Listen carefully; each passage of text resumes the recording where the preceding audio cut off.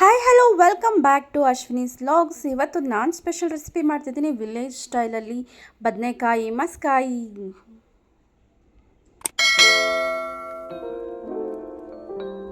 ಇದು ಫಸ್ಟಿಗೆ ನಾನು ಒಂದು ಕುಕ್ಕರಲ್ಲಿ ಬೇಳೆ ಟೊಮೊಟೊ ಆ್ಯಂಡ್ ಮೆಣಸಿನ್ಕಾಯಿನ ಈ ಥರ ಸ್ಮ್ಯಾಶ್ ಆಗೋವರೆಗೂ ಚೆನ್ನಾಗಿ ಬೇಯಿಸ್ಕೊಂಡಿದ್ದೀನಿ. ನೋಡಿ, ಇದನ್ನು ಸ್ವಲ್ಪ ಹಾಗೆ ಸೌಟಲ್ಲೇ ಸ್ಮ್ಯಾಶ್ ಮಾಡ್ಕೋತಾ ಇದ್ದೀನಿ. ನೆಕ್ಸ್ಟ್ ಇಲ್ಲಿ ಗುಂಡು ಬದನೆಕಾಯಿನ ತೊಗೊಂಡಿದ್ದೀನಿ, ಈ ಥರ ಬ್ರಿಂಜಲ್ ಒಂದು 4 ಇತ್ತು.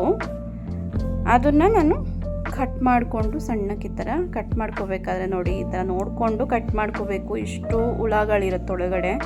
ತುಂಬ ದೊಡ್ಡ ಸೈಜಲ್ಲಿರುವಂಥದ್ದೆಲ್ಲ ಹುಳ ಆಗಿತ್ತು, ಸ್ಮಾಲ್ ಸೈಜಲ್ಲಿರೋದೆಲ್ಲ ತುಂಬ ಚೆನ್ನಾಗಿತ್ತು. ಎಳೆ ಬದನೆಕಾಯಿನ ತೊಗೊಂಡ್ರೆ ತುಂಬ ಚೆನ್ನಾಗಿರುತ್ತೆ.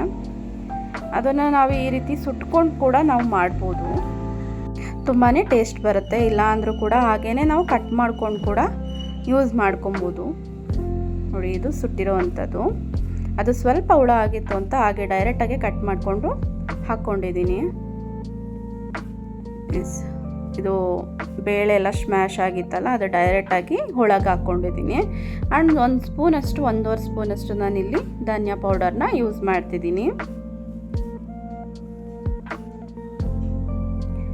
ನೆಕ್ಸ್ಟ್ ಇಲ್ಲಿ ಒಂದು ಅರ್ಧ ಟೀ ಸ್ಪೂನಷ್ಟು ನಾನು ಅರಿಶಿನ ಯೂಸ್ ಮಾಡಿದ್ದೀನಿ.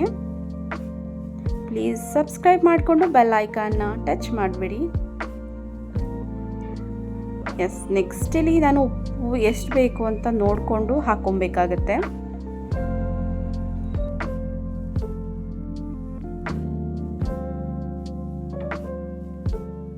ಇದು ತುಂಬ ತಿಕ್ಕಾಗಿದೆ, ಸೊ 1 ಗ್ಲಾಸ್ ಅಷ್ಟು ನೀರನ್ನ ಆ್ಯಡ್ ಮಾಡ್ಕೊಂಡಿದ್ದೀನಿ.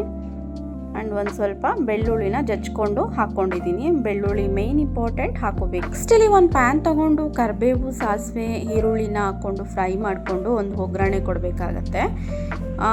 1 ವಿಸಲ್ನ ಕೂಗಿಸ್ಕೊಂಡು ಇಟ್ಕೊಂಡಿದ್ದೆ. ಇದು ಬದನೆಕಾಯಿ ಸ್ಮ್ಯಾಶ್ ಆಗಿರೋದನ್ನು ಡೈರೆಕ್ಟಾಗಿ ಒಗ್ಗರಣೆ ಕೊಟ್ಟಿರೋದ್ರಲ್ಲಿ ಹಾಕ್ಕೊಂಡಿದ್ದೀನಿ. ಇದು ಒಂದು 5 ಮಿನಿಟ್ಸ್ ಕುದಿಯಾಗಿಬಿಟ್ಟು ಸ್ವಲ್ಪ ಮೇಲೆ ಕೊತ್ತಂಬರಿ ಸೊಪ್ಪನ್ನ ಆ್ಯಡ್ ಮಾಡಿಕೊಂಡ್ರೆ ಸಾಂಬಾರು ರೆಡಿ ಆಗುತ್ತೆ. ವಿಲೇಜ್ ಸ್ಟೈಲ್ ರೆಸಿಪಿ ಮಸ್ಕಾನಿ. Thank you so much for watching.